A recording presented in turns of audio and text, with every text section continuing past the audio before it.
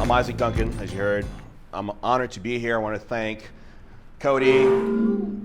I want to thank Mary for inviting me here. It's a great honor. So I'm Isaac, as you heard, originally from Brooklyn, New York. It took a long trip to get from Brooklyn to here, and it's always amazed people like, you're from Brooklyn. Everybody's trying to move to Brooklyn.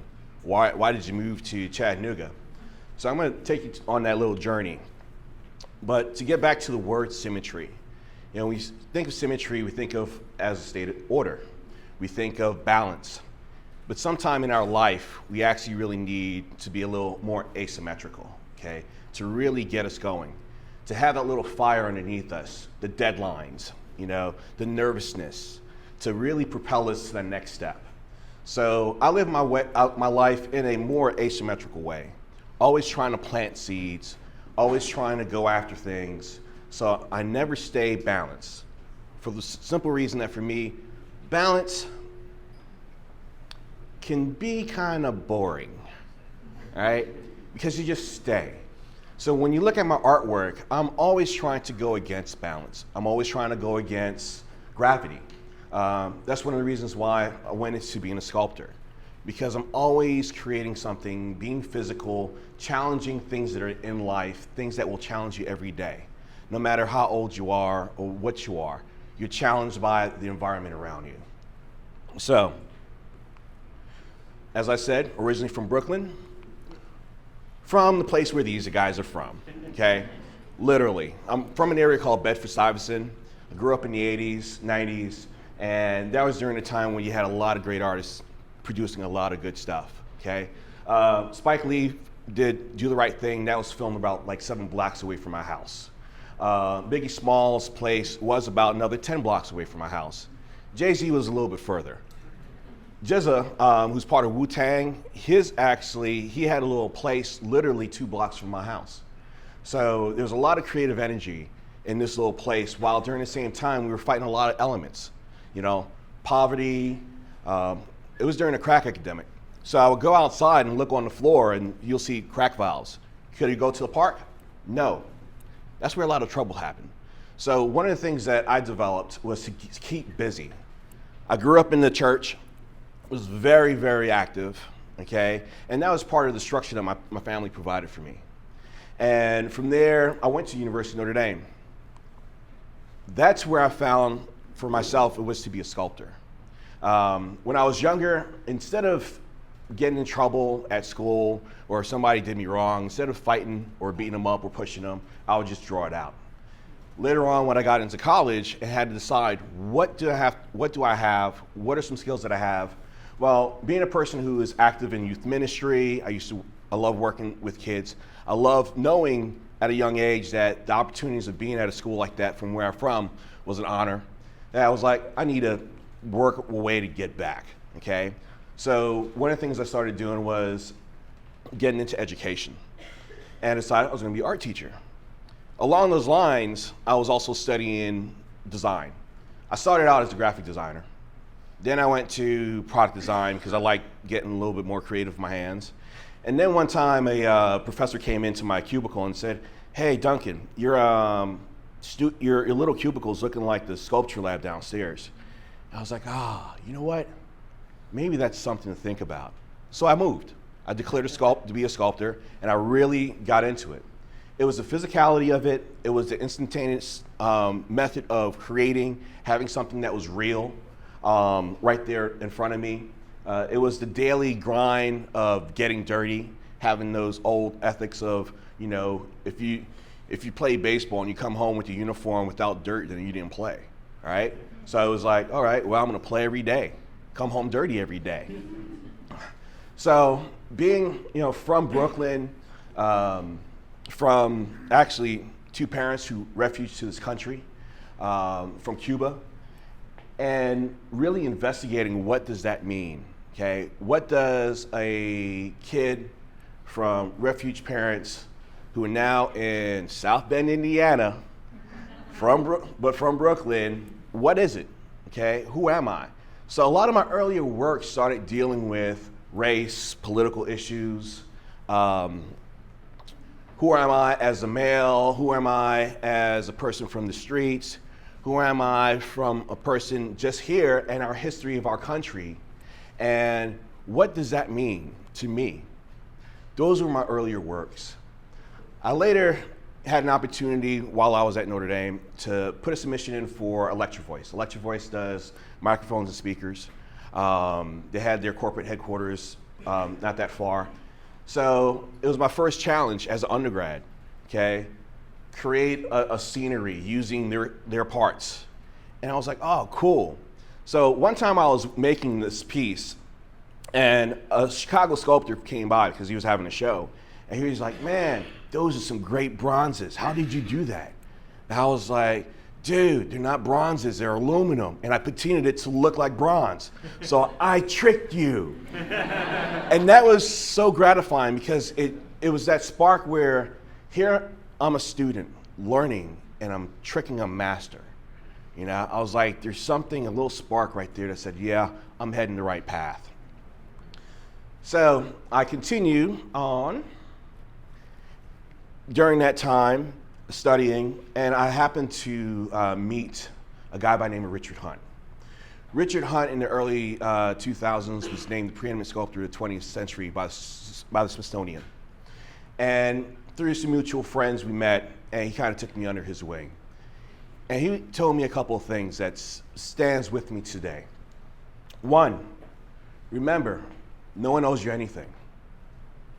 Two, which is very important, no one invited you into the art world, i.e., no one owes you anything, okay? So as an artist, and a young artist, I was like, boom, wow.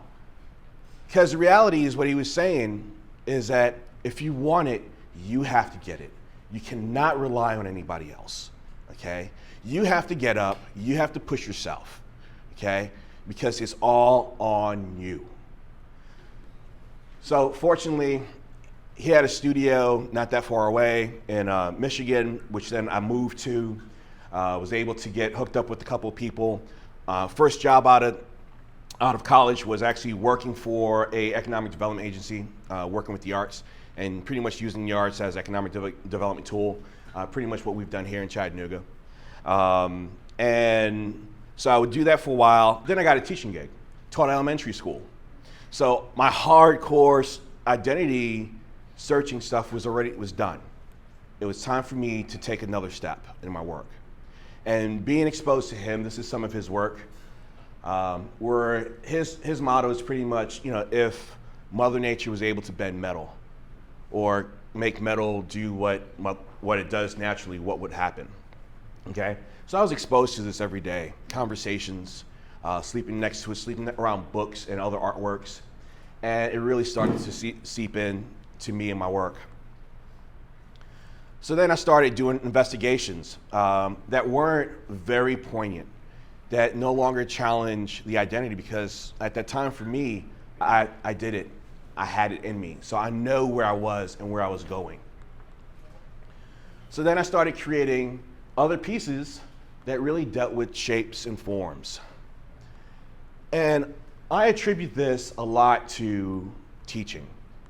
You know, when you're with kids and you're teaching them, lines create shapes. Shapes create forms. These forms in a three-dimensional world are objects. These objects are sculptures. And you're reinforcing this, teaching for 4 years. You start to actually reinvestigate the basics. So I started reinvestigating the basics and started to implement it into my work. Until later on. I went to University of Kentucky, got a fellowship there, met this guy, John Henry, who had another profound impact on my life. With him, I understood what monumental means, the true sense of monumental. Okay, creating 101-foot pieces, creating a piece that you need 3 trailers, tractor trailers to deliver, 2 cranes, and a whole bunch of heavy equipment. And how to take your concept from your mind, create a smaller piece, and then be out in the field and actually making it. I traveled all around the world, well, not all around, but half the world, with him, which was great. You know, learning and having that experience to be with somebody, and pretty much I got my PhD working for him. And I got paid and traveled around the world. Couldn't beat it. Learning how to put pieces, work with heavy equipment.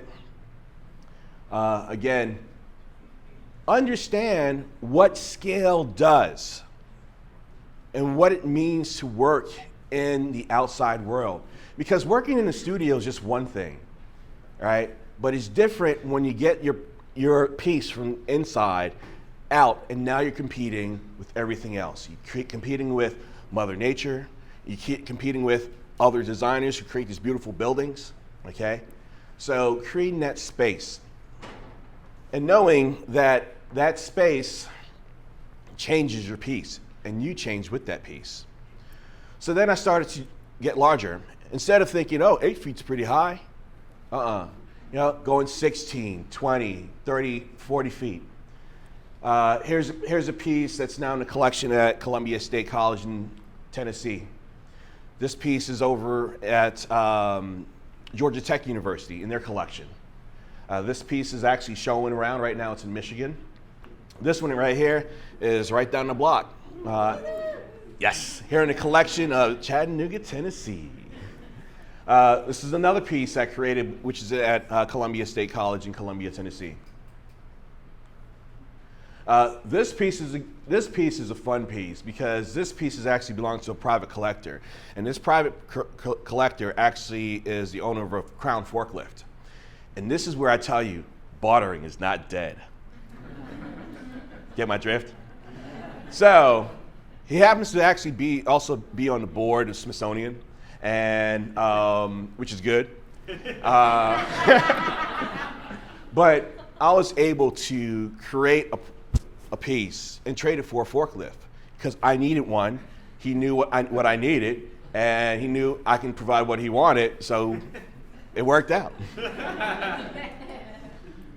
So as I say, one of the things I like to do in my pieces is always challenge the notion of space, of movement, implied movement. Because again, for me, movement is life, right? So you'll see in a lot of my pieces, I always have this sphere. It's like, what is a sphere thing? Well, a sphere to me is that potential to move. And when you place it on something or in a certain angle, it leads your eye to continue that potential to have it move.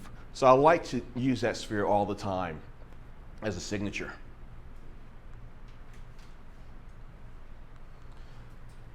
Sometimes I don't. But the thing is, when I create my pieces, I want it so that you, the audience, move. A lot of people are like, well, why don't you just make it move? Because I want you to move. I want you not to be stationary. I want you to interact. Because the way that I create with movement. I create with music. When I'm in my shop grinding, I have my radio blasting, okay, always listening, having that beat go through me, and I want it to translate. Here's a piece that I created for a show that was up in Canada, about 2 hours north of Quebec City, at this place called Les Domaines Forget. It's a music conservatory that wanted to have art on the ground.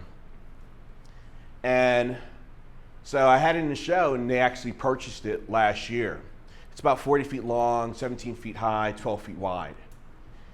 And one of the greatest things is to come up with an idea, create that idea in your shop, and then get it out. But then when you get it to its spot, the art actually happens. Because then you have that decision of placement, okay? And how you're going to react to it, how others are going to react to it.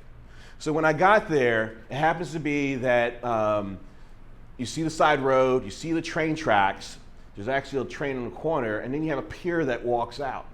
And right at the intersection, I was like, man, that's where everybody's gonna get out. So when I created this piece, I knew it was gonna be in a funky area, but I didn't know exactly where. And I placed it so that when a person gets out from there and that train moves, their eyesight will go straight up a line leading to the piece. And to me, that's when the art really happened, because I understood that this what's going to happen is that people are going to enjoy this, and their site will really communicate and make them want to go walk to it. And then you have happy little accidents, like reflections and little details.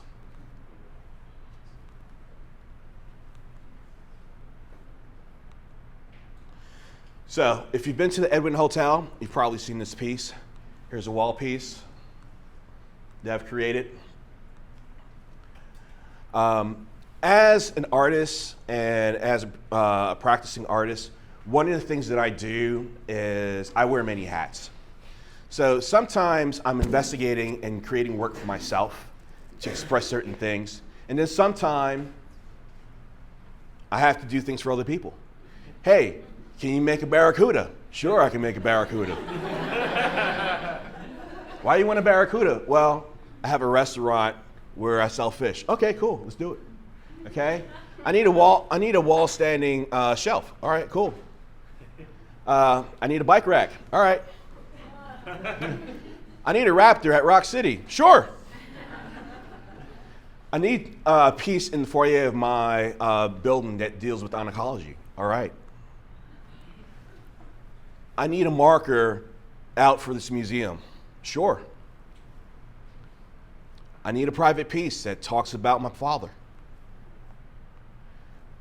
I need a collaboration with you so that we can do a musical piece or pieces that can be musical for kids at the New Children's Center. Okay, sure. We got chimes, always active. And we have a vertical standing xylophone out of stainless steel and rosewood. So kids can bang all day. How about awards? Do you do that? Sure, I do awards. What kind of award do you want? What is it for?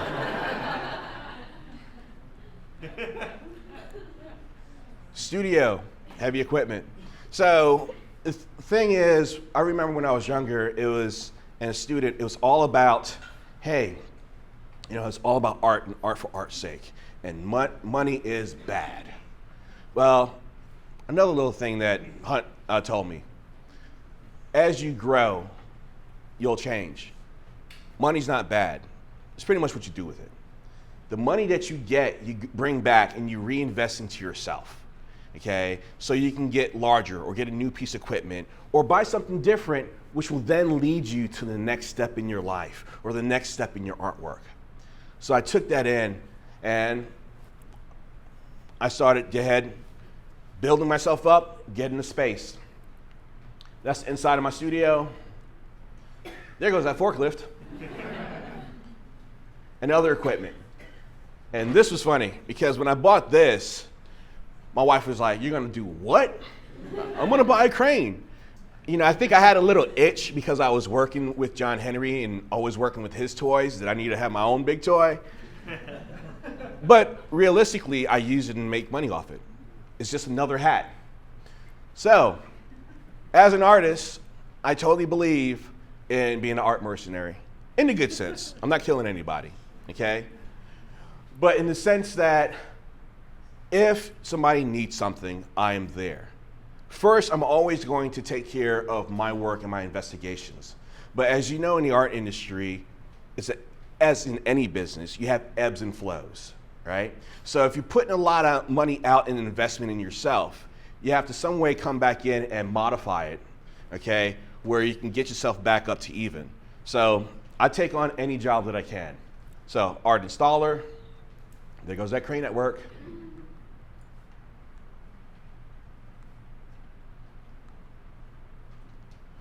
Artist fabricator. Yeah, so somebody comes up with an idea, they want it, sure, I can do it. Oops. That's Robert Stackhouse and Carol Mickett. That was a piece that was commissioned by the Hunter. This is George Beasley, sculptor out of Atlanta, and this is actually at Sculpture Fields.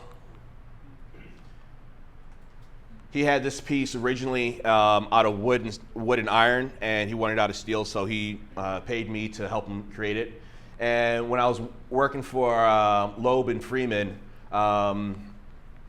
to create these installation pieces, you know, I was flown to Basel, as in Basel, Switzerland, okay? And had everything paid for to create this piece for them and then help them create a piece, stay there for about a week and then pack it up. Commercial stuff. And this is more of, hey, extra money, why not? I have the tools, I have the idea. This was a joint, I did the patina on this. The rest of it was commercially done. So you've probably seen some of these around town. Because the thing is that sometimes our companies just don't want something off the shelf. They want something a little bit more specific, a little edge to it. So hire an artist. Refurbishments. I can fix a piece. This right here is a $90,000 piece, manual nearing, okay? I had it in my studio. It was outside, it got mildew and a whole bunch of stuff on it. Took it to the shop, cleaned it up, got it like brand new. And this is a piece I'm still working on. And then stewardship. This is the last hat, okay, that I wear. Because I believe, okay, in community. I believe in being a part of groups that promote other artists. I believe that if you truly believe in your craft and what you do, then you have to be responsible, and you have to join and you have to be part of groups to make sure people understand what you do and what your colleagues do. Because if you don't respect yourself and you don't show that you respect yourself, nobody's going to respect you. So for me, being a part of groups, being at the table and helping mold certain policies or understand or presence to people, you know, it's very important. So I've gone a little bit over my time, I believe, but hopefully you enjoyed the presentation. Once again, I'm Isaac Duncan. I love working, I love sculpting, I love being creative, and thanks again.